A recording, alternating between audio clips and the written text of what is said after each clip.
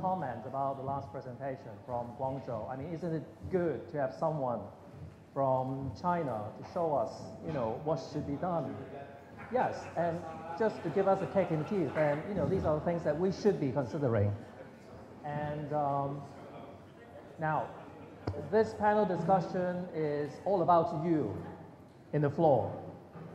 The panelists, I will try to make them provoke some thinking and discussion, but I really want to involve you because you've been here, you've been very supportive till the very end, and I think this is what you deserve, the opportunities to speak and speak loud. But may I, if possible, may I first invite Xiaomei? I have one question for you. Now, I think you are all curious and you really want to know what are the key drivers behind all these changes in Guangzhou? Because very often we think that Hong Kong, we can make things happen, but things doesn't really happen. And of course we know why. We're going to discuss that later. But in Guangzhou, what are the key factors? What are the key drivers that make such a drastic change in the last few years? First is for BRT and for the greenways, and it's have win-win. It's not we implement BRT and make the car traffic is bad. Just now, according to my picture, you can see before, and it's mixed, and it's congested and conflict with everybody, and the car speed is less than 10. Now, after BRT and after we implement all this, the car speed increased by 30% at least. Another issues I want to mention is like in Hong Kong, in Chinese cities, and the car transportation is small, it's the minority. And 80% of people is working and use public transportation. So we have to think about and to improve the majority. And now I think a lot of the city leaders realize this. So that they don't have other options. We can't design the city based on the cars. So we have to give the bus public transportation priority, also give the cyclist and the walking priority. You mentioned the leaders. Can you say a few more words about the leaders or the mayors? Because I think, we talk about political will this morning, and we need a strong leader who's got a vision. Now, I think we have a lot of vision in this room. We talk about that, this morning and in the afternoon. But, whether we can implement those visions, whether we can make it real, we just don't want to keep them as dreams, but we want to realize them. How difficult that is in Guangzhou, or relatively speaking, how easy that is in the last few years? In fact, for these changes, and it's different. Like BRT is the city leaders. It's normally in China, it's the city mayors and make the decision, not the central government. And so, but it's difficult. We use 5 years to we have to show the public and persuade the media and to train them. Also train the journalists, let them understand BRT is good for the city. And for the greenways, it's easier because it's Wang Yang. Maybe everybody know Wang Yang. Now he's in Beijing, and he highly support greenway. So now in Pearl River Delta and all the cities built the Guangdong Greenway. We all join each other. So in Guangzhou, we built more than 2,000 kilometers of greenways, and so it's people enjoy it. Everybody like it. Okay, thank you. Fred, just a minute, Martin. Fred, you've been doing a lot of work in the past in China, right? And also in Asia. How important that is, the leaders or the institutional framework to support that kind of innovative ideas. Can you share with us a little bit more? I can. I guess I'm getting the old person here, but in the early 90s, we did World Bank job in Guangzhou. We remember each other. And in those days, the mayor wanted expressways. He didn't want bicycles. They were backward. And the World Bank fell out with them, and we were in the middle. And the expressways, the inner ring road was built, which you're fixing in that lovely picture. And it was all expressways, but that was for the economic growth, for industry. There was a reason behind it. It wasn't anybody being, off key. Then the next generation was railways, and the later mayors came in, and then they overtook us. And the later generations at the top, the champions, made it very clear that environment was number one, both for social development and economic development. Because the city isn't just an industrial city, it's a high educational city, it's a commercial, it's the centre of Guangdong province. So it's very important to clean up the environment and make it a livable city. I think that was the strategy that I worked on for the city a few years back. And it's great to hear that that's what's happened. And they've got the BRTs, which is a great success, and pedestrian greening. I think we can claim to fame pedestrianising Beijing Lu in 1990-something. That was the first one. It was a bit like Nanjing Lu in Shanghai, if you've not seen it. But the champion from the top is so important. Somebody mentioned maybe Ken Livingstone and other people. It needs that drive to change the mindsets of everybody and to give permission to people to change their mindsets, which is quite important.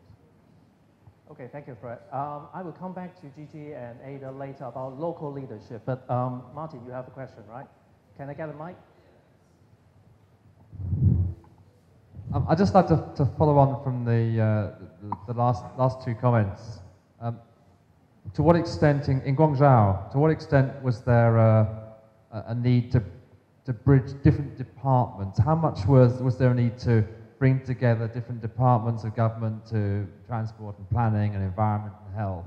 And how much was that a problem? Sorry, what is your... So it's how much of a problem was the different areas, different departmental areas within the government? And was there a need to bring together different departments, have somebody at the top say, okay, you, talk to each other and make this greenways, cycling and the BRT happen? First is the political will is the most important, I think, in China.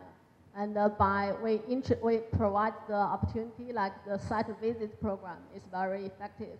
First, we have to convince the political will, the leaders, and then after when they have the strong support, and then I think because we have two people from the government, from the Transportation Commission from Guangzhou, so they know more. And I think after the mayor have the strong support, and everything is easy. And for greenways, it's from the party secretary of Guangdong province. And but now I think the decision makers and it's greatly improved their vision. They know we have to compete with Shanghai and with the modern cities. We have to make more attractive to the high educated peoples. We need to have the good workers. So yeah, they want to improve. And Wang Yang mentioned we have to make the livable and happiness Guangdong. So they not only focus on GDPs now. It's a big change. Okay, maybe our friends from the Guangzhou Communications Commission, do you have anything to add to what Xiaomei said? 说刚刚那个很多不同的政府之间怎么行？ Okay, we have a hand over there.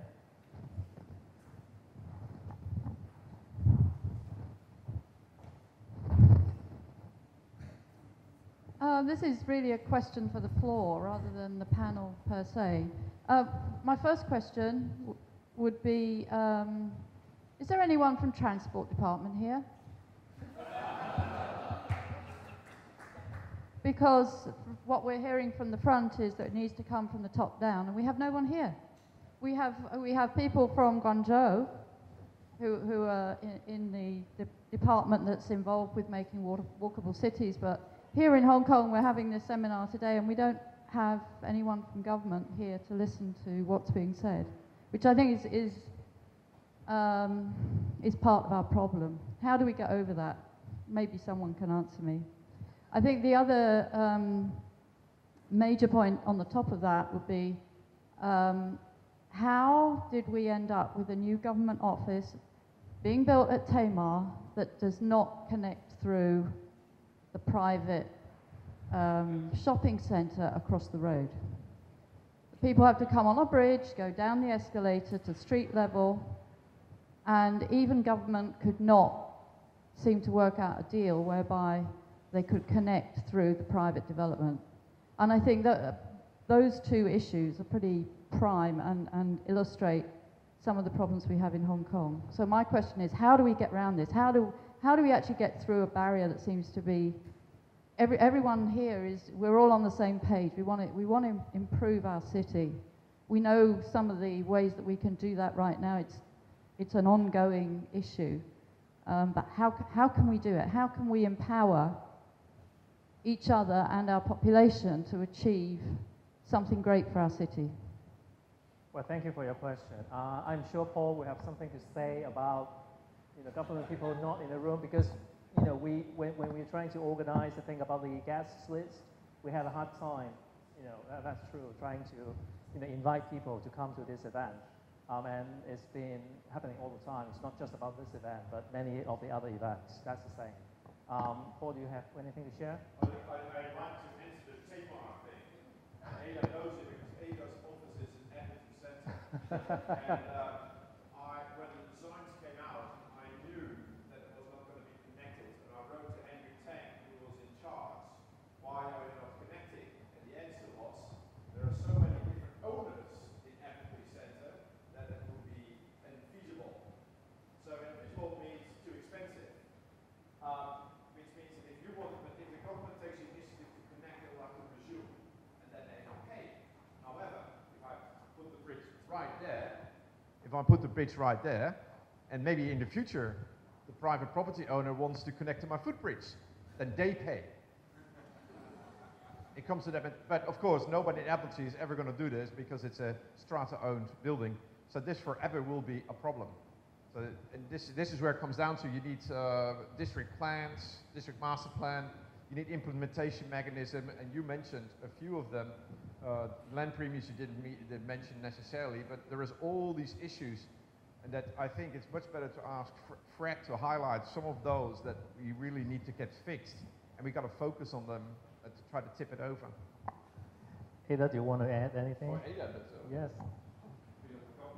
The Tamar footbridge is actually, I think, a time issue as well as a cost issue, because someone wants the offices to be built before the end of his term, and so there is a deadline for the completion of the works.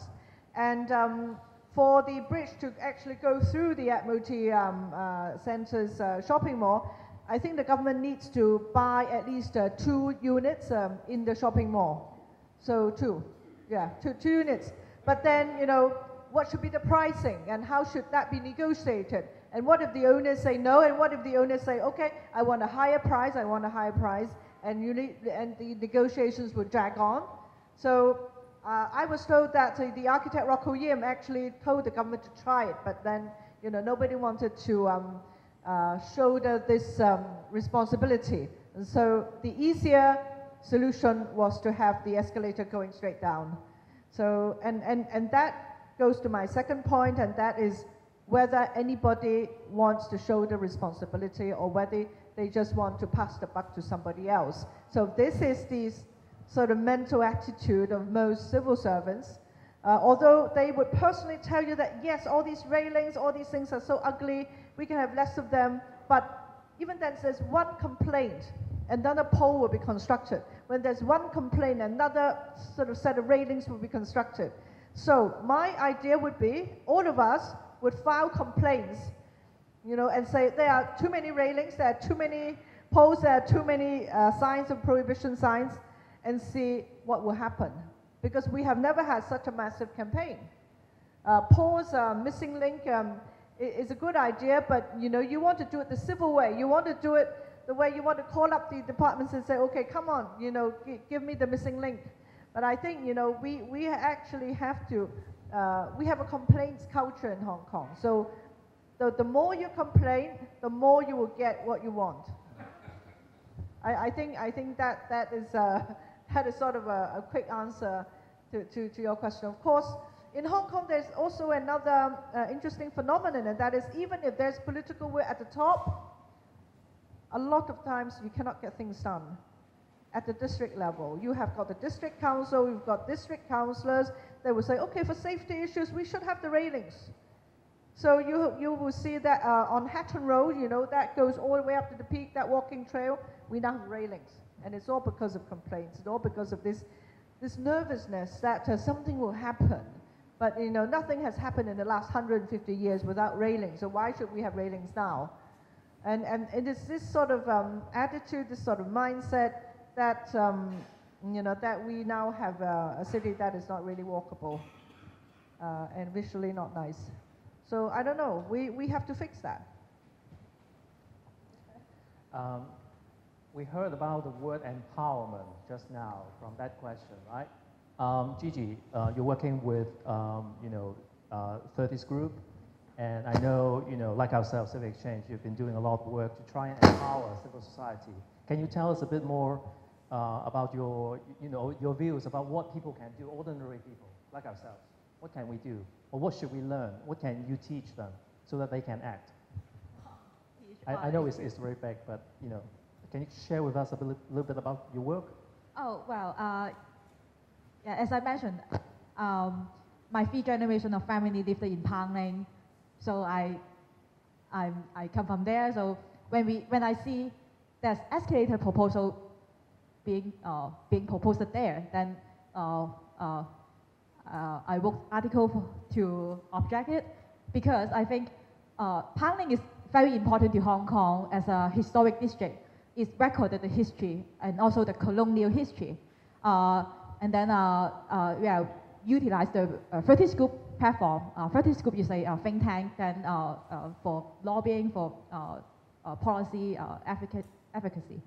And then I met with the Pangling Concern Group, which is a group of local residents. And then they know my background and they invited me to be deputy convener of the group. Why I mentioned this, so I would like to advocate, if as a citizen of Hong Kong, it would be better to be more concerned about what the city happened. And if we see something which is not reasonable to us, then we come out to speak. Yes, this is kind of civil engagement or participation. Well, thank you. I'm sure they're doing very good work with the concern group. I just hope that there wouldn't be any railing concern group coming up after the discussion we have today. Oh, really? No, I'm talking about people concerned that railing will be eliminated. That's my fear. I saw some hands from the floor. Sujata.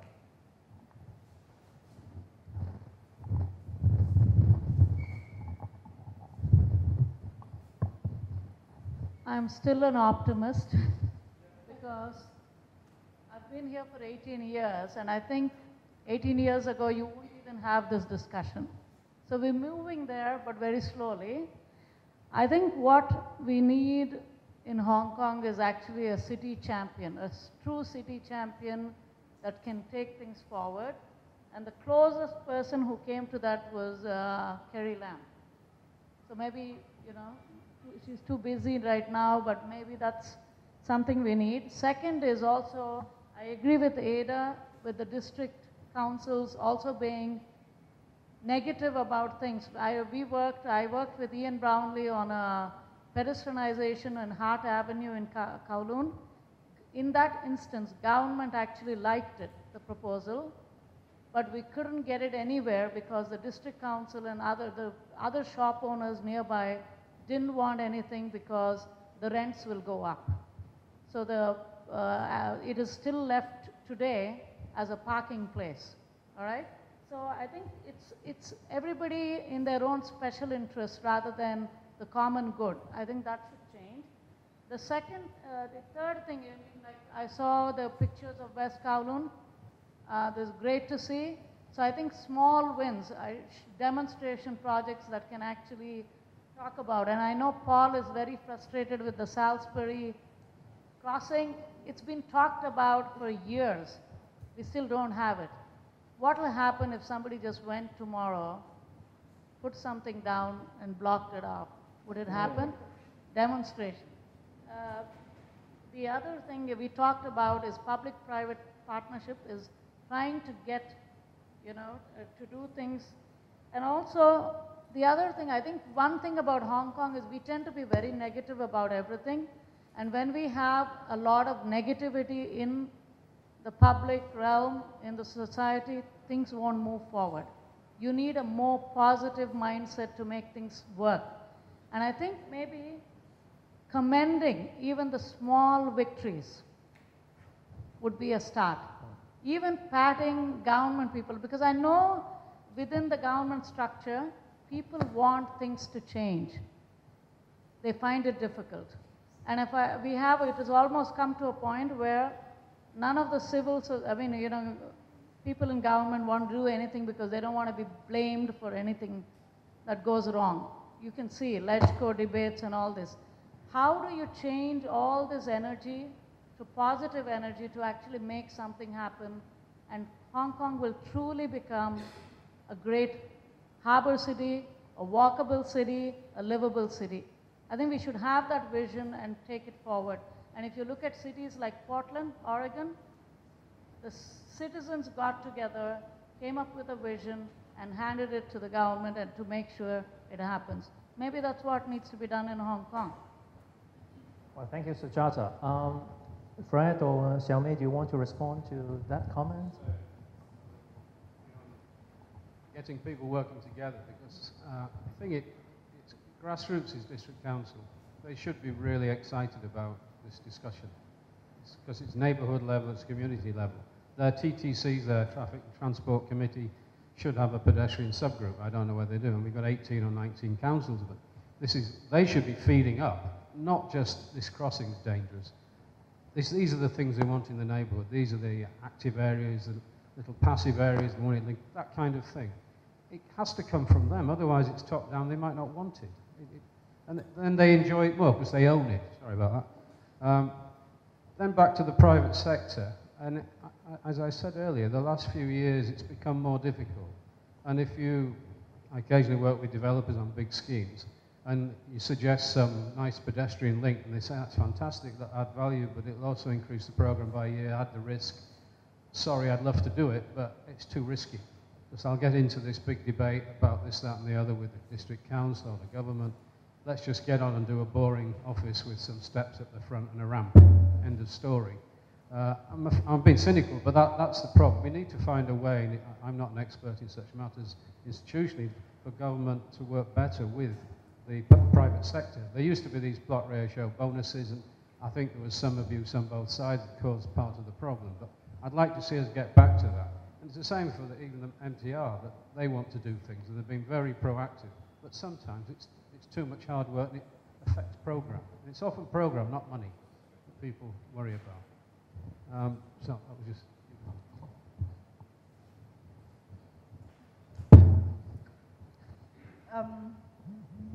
I have one suggestion, and that is we should comb through the list of 500 district councillors and see, apart from Paul Zimmerman, who else is courageous enough to take on these issues.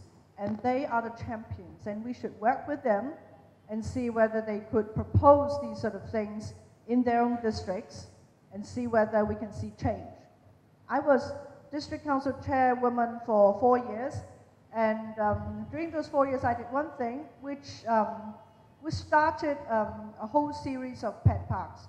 So that was the first park for dogs, for cats, in Wan Chai North.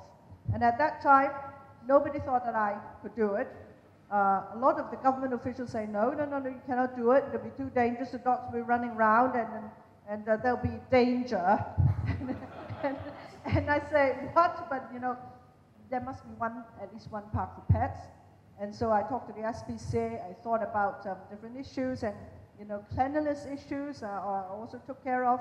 And at the end of the day, that park was open for 2.5 years, actually 3 years, until now it is temporarily closed for the what do you call that? For the new highway. Yeah, for the new highway. But it will reopen afterwards. And there was no accident, and on weekends, up to 800 dogs would be there. Okay, and after that, people are not so worried about pet parks anymore. They will say, look at that Wan Chai Park. Everybody loved it, and people thanked me for it. And so now we see a pet park in the Eastern District near Quarry Bay, in Tai Kwu Shing, and there's another pet park on Kowloon side. So at that time, I was brave enough to say, okay, why don't we go along with it? Of course, I've got the advice of the SPCA, which is just right next door. But so we need to identify these councillors. So Paul, maybe you can help on that.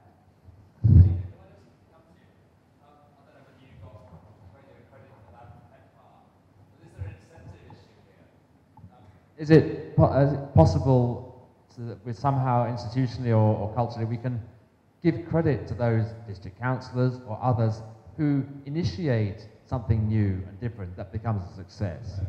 Because otherwise, it's about blame, especially in civil service.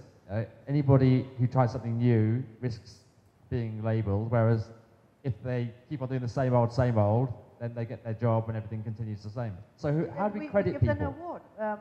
Designing Hong Kong can have an Innovator Award of the Year, something like that, Paul, for the district councillor who is the most innovative one, right? One in each district. Yeah, one in each district. And so there'll be a big ceremony somewhere, and with a lot of fanfare, and everybody will be very happy about it.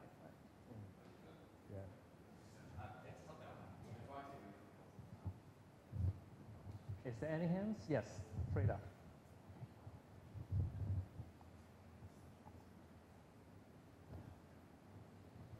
Hi, this is Frida. When I hear all the presentations, those are really great today, but I keep wondering two things. I think in the morning we talk about a lot of things that need to be improved, but I keep wondering if we want to empower not only people in this room, but people outside this room, so that they will be able to give an ask that is really tangible. There's something that they consider to be improving their living. And that ask can then be transferred, conveyed to our champions, potential champions like those in the district council or those people in the transport department. Maybe that will help us to move forward with this conversation. Because I keep wondering, having lived in Hong Kong for more than 10 years, when I come back, it just become less pedestrian friendly. And what is the problem here? Can we really formulate it in a way that can help people accountable, can help us all gather a consensus to make things happen? So for example, in New York City, they have the plan New York City 2030. And in there are all the things that they laid out, concrete. For example, every citizen in New York should be within 10 minutes walk from a park. Those are things that can help us to convey, I think this is a livable city. I think this is a quality living. And that should be something that Hong Kong citizens should desire and aspire to. And so if we can come out with a list and use that list to engage other people who might not aware that, well, I cannot cross this street, I take it for granted this is given. But if I can really formulate it in a way to really get more support from the public and then put it out to our leaders and have that be a way to help them accountable. This is our wish. Maybe that can put ourselves, this conversation a little bit more forward and engage more people. I just want to throw this idea out to the floor and to the panelists and see what you think. I don't know whether that has worked before, so I just want to get some feedback and maybe that could be our next steps. So. Well, thank you, Frida. I think, I kind of summarized that into 2 words, common sense. Basically, what we are talking about, overall common sense. And these are things that we are supposed to happen around us rather than, us fighting for them. But, what do you think, the panelists? Anyone? Still coming.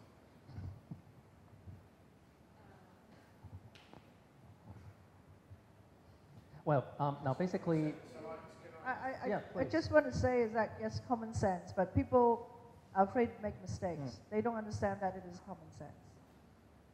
So we really have to assure them, come on, we need change. It is all right to make mistakes, because they'll be really bashed when they make mistakes. So they're so afraid not to make mistakes, so they don't do anything. It's pretty simple to do tests, and we've seen them done. Just putting a few cones down Queen's Road on one lane, seeing what happens. Closing after 4:30 in the evening, or 6 in the evening, or closing on a Sunday. You can gradually test it. I think that's one way to go, but I also felt in the 90s when TD were doing some good work and Robert Footman was doing the best he could, he was doing little incremental bits because nobody let him do the big bang. So I'm torn the other way that maybe we need a big bang as well somewhere, pedestrianise Queen's Road or half of DeVoe Road and really see what happens. whether you do it with permanent fixtures or you just do it and see what happens, it always takes 2 or 3 weeks. I was hoping to ask, I don't know if that guy Neil this morning's gone, but how do you implement it? Because government naturally, and consultants working for them, are terrified when you start a new scheme like that. The city clogs up. Of course it does, because people haven't got new behaviour. Give it 2 or 3 weeks, and then it starts to work. So I think we really do need some brave experiments, and I wouldn't mind a big bang one as well as a few incremental little bits. I was involved in Russell Street, which was, I think, the first 50 metres or something, and that kind of worked, but that was nothing. Then it got bigger and bigger.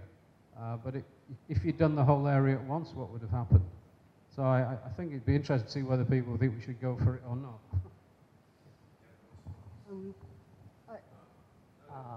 You have the mic, you go first. Want and me then to speak? Okay. I also agree with the other participant about public engagement and the social awareness. I think that a lot of Hong Kong people are just too complacent or too busy to think about that they can have a better life. Because every day when they walk on the street, they suck in all these heavily polluted, heavy metal-laden air in their lungs. And they are not aware that the severe impact on the health, because it's not critical, it's not immediate traumatic thing. So I think we lack of an open public debate, awareness of what we are suffering already. And then I don't believe, I can't wait for a better governor, a visionary leader. I think every one of us, every public, are able to engage in this environmental improvement exercise, and then see the empowerment and the energy to make change in our immediate living environment. So don't look up to the leader. Gavin.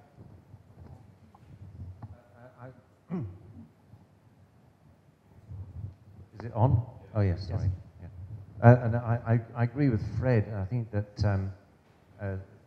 there's a case for pressurizing the people at the top, but I have less and less confidence that this is going to actually achieve anything, and that your incremental approach may be another way of doing it, which seemed to be the way that the Transport Department was doing it. Johnston Road, the little bailouts in Johnston Road sort of appeared almost overnight, while nobody noticed, but the effect was beginning to, really beginning to take effect.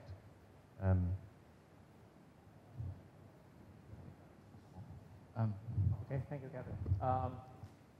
Yes, now we still have 5 minutes, and can I have a show of hands if you want to ask us any questions? One here, one here, one, 6. Okay, any more? I think why don't we let all the audience ask the questions, and then we'll post it to the panel so they can respond together. Is that all right? So yeah, we'll start with this lady. Hi, from RFP Magazine. I'm writing at the moment about transit-oriented design and development. And I was looking at Fred's pictures earlier, looking at how the MTR seems to have, in your image, seems to have created islands rather than necessarily improving the connection between the city as a whole. And I think a lot of people, particularly when they're visiting Hong Kong, feel that they travel from island to island because of the MTR. They're not necessarily seeing it as a whole. Whereas looking at what Xiaomei said, there was with the BRT, it actually seemed to improve the visible connection between the city as a whole. And I was wondering whether the panel had any words on that, to how the transportation systems can actually improve the walkability or the understanding of the city as one whole entity rather than individual elements. Okay, I think Fred should respond to that first, and then maybe Xiaomei. I think it must be a bad diagram. The point of it was to show